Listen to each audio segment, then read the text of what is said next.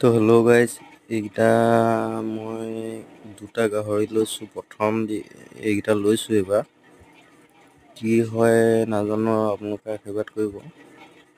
দুইটাকে ক্ৰছ দি থোৱা আছে। এজনীৰ নাম হৈ গ'ল বগী আৰু এজনীৰ নাম হ'ল কলি।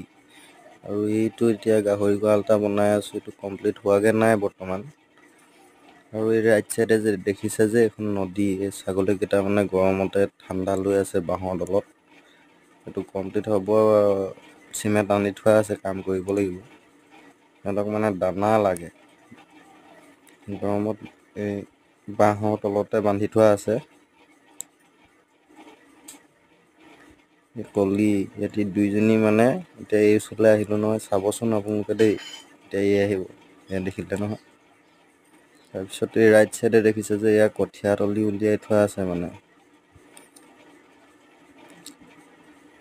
ক্ৰছ দি থোৱা আছে। এই 2-এদিনৰ ভিতৰতে মানে জগাৰ সম্ভাৱনাটো আছে।